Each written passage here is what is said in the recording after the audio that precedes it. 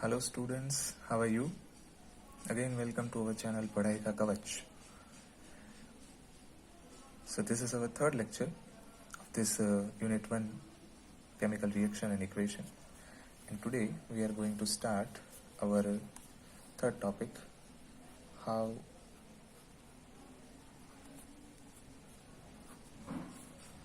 to balance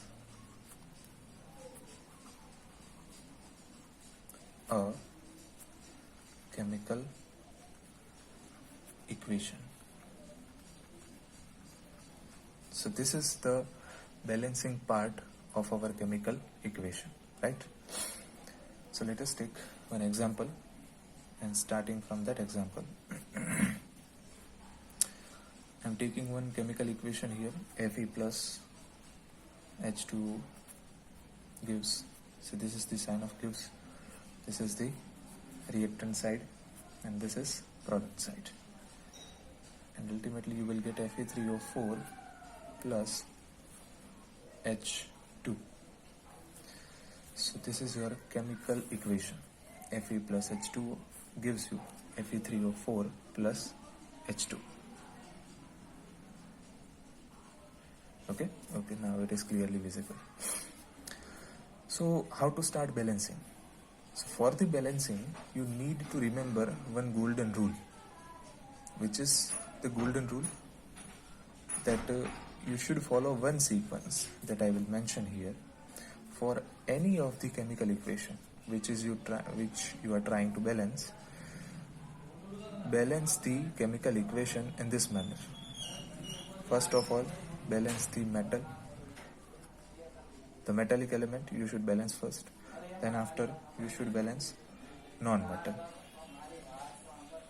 Then after you should balance oxygen. And then hydrogen. Right. So this is this sequence. You should follow this sequence to balance the following chemical equation. So first of all, what is our duty? Identify the metallic substance. So we should identify metallic substance first. What are the metallic substance here? Only Fe that you are seeing. Fe is a metallic substance. H2O is water, which is in a liquid state and also which is not metal. So Fe, first of all we will balance the Fe. So balancing के लिए जो पहला step आपको follow करना है, step number first, calculate atomicity. आपको करनी है calculate atomicity. So here is our first step, calculate atomicity. So what is the atomicity? Atomicity means the number of atoms that the element have in the chemical equation. So here Fe is having the 1 atom, hydrogen is having 2 atoms, oxygen is having the 1 atom. See, wherever the element consists of 1 atom, we will not denote it by 1. We only write O, Fe or H, right? So from left hand side, first of all we will calculate the atomicity. So we are following the sequence: metal, non-metal, oxygen, hydrogen. So here left hand side,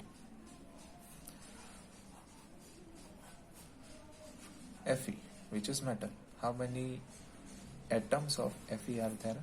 1. Then after non-metal, is there any non-metal present? See, this is hydrogen and oxygen. We will take it later, oxygen and hydrogen, right? So no any other non-metal is present. So we will jumping to the oxygen. How many number of oxygen are there? 1, because here only 1 atom of oxygen are present. Hydrogen, there are 2 atoms of hydrogen are there. So here on the left hand side, 1 atom of Fe, 1 atom of oxygen, 2 atom of hydrogen. Now we will consider the right hand side, which is product side, right? So in the product side, how many number of atoms are there of Fe, which is 3. How many number of atom of oxygen? 4, right? And how many number of hydrogen are there? See, it is 2. तो थोड़ी बहुत मैं briefing आपको कर दूं कि कैसे आप एटोमिसिटी कैलकुलेट करोगे। कोई भी एलिमेंट के यहाँ पे नीचे के साइड जो नंबर लिखा होगा उसे हम कहेंगे सफिक्स, और ये जितने सफिक्स में नंबर लिखे होंगे उतने नंबर ऑफ एटम्स होंगे, और एक नंबर आगे आ जाएगा जो हम बाद में डिस्कस करेंगे, उसे कहा जाता है प्रीफिक्स। सो अभी सफिक्स में जितने भी नंबर है उतने नंबर के एलिमेंट होंगे, मतलब उतने नंबर ऑफ एलिमेंट्स होंगे, यानी कि उतने दो एटम्स होंगे। चलिए, तो अभी बात हो गई LHS और RHS की, एटोमिसिटी कैलकुलेट हमने कर ली। Now we are moving forward to the second step, step number 2, balancing. अभी बैलेंसिंग कैसे स्टार्ट करें, ये होता है रियल पोर्शन कि बैलेंसिंग में करें क्या। सबसे पहले तो मैं मेटल को लूंगा जो कि लेफ्ट हैंड साइड पे एक है। सबसे पहले हम देखेंगे कि लेफ्ट हैंड साइड पे और राइट हैंड साइड पे जो भी एलिमेंट्स है वो बैलेंस है या नहीं है।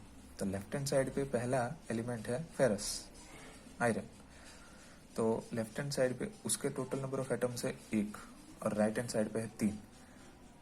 So clearly it is visible that it is not balanced, because here it is 1 and here it is 3.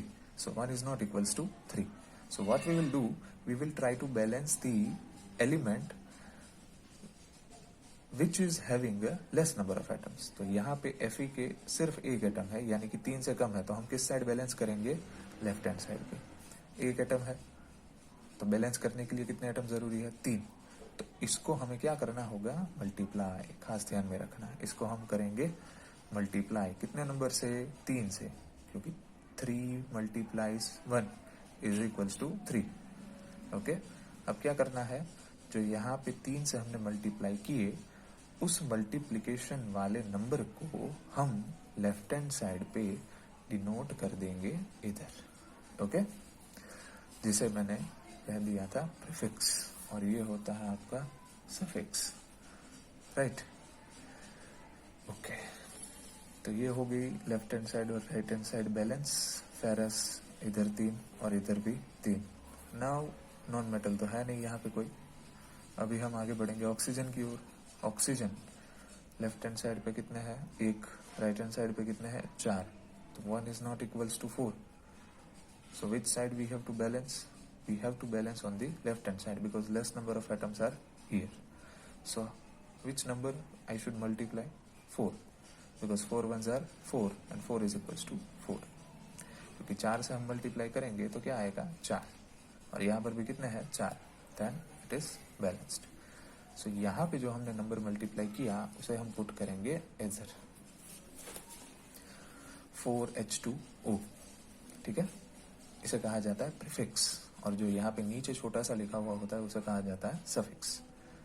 Okay, चलिए, तो यहाँ पे अभी देखिए 4 ones are 4। हमेशा प्रीफिक्स और सफिक्स का मल्टीप्लिकेशन होता है। तो यहाँ पे 1 ऑक्सीजन है, 4 प्रीफिक्स है, तो 4 ones are 4।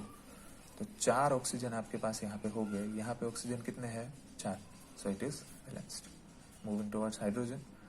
तो देखिए अभी हाइड्रोजन पहले कितने थे, 2, और मैंने क्या कहा, प्रीफिक्स और सफिक्स मल्टीप्लाई होते हैं। तो यहाँ पे 4 प्रीफिक्स है और 2 सफिक्स किसके, हाइड्रोजन के। तो 4 2s are 8। So now hydrogen is no more 2, मतलब यहाँ पे 2 हाइड्रोजन नहीं होंगे। यहाँ पे कितने हाइड्रोजन हो गए अभी, 8, और यहाँ पे कितने हैं, 2। ठीक है, तो यहाँ पे 8, यहाँ पे 2। सो which side I have to balance?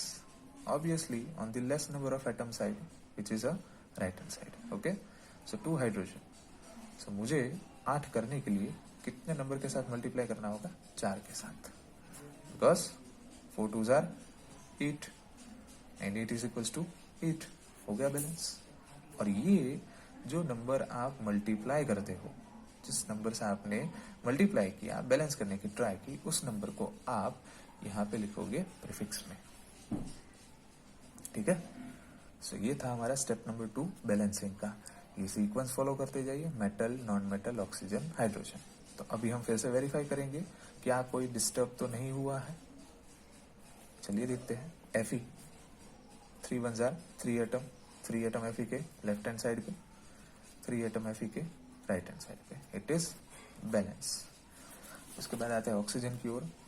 Left hand side पे 4 ones are 4, 4 number of oxygen, right hand side पे 4 ऑक्सीजन, इट इज बैलेंस्ड। उसके बाद आता है हाइड्रोजन की ओर, 4 2s are 8 और यहाँ पे 4 2s are 8, तो यहाँ पर भी 8 हाइड्रोजन, यहाँ पर भी 8 हाइड्रोजन है, hence it is balanced. So what is the balanced chemical equation?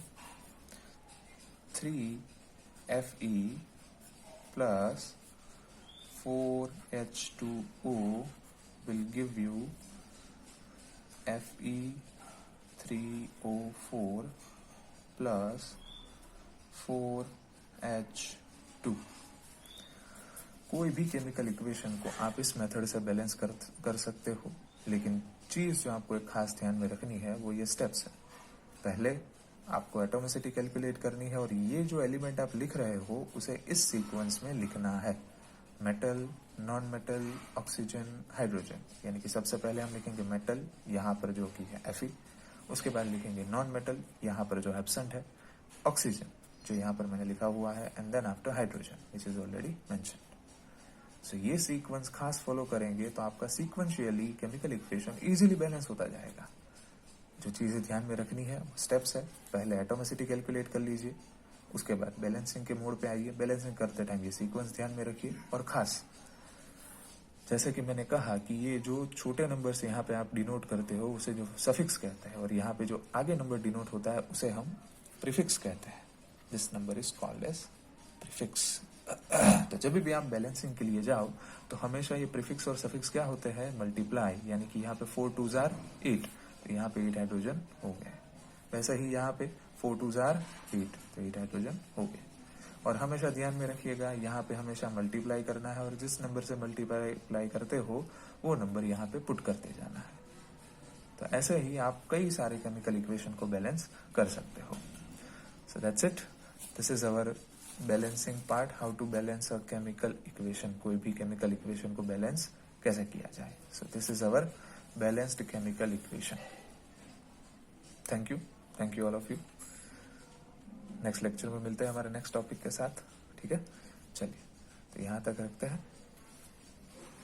Please subscribe my channel and press the bell icon for the more notification, और ऐसे वीडियोस के लिए हमारे साथ जुड़े रहिए।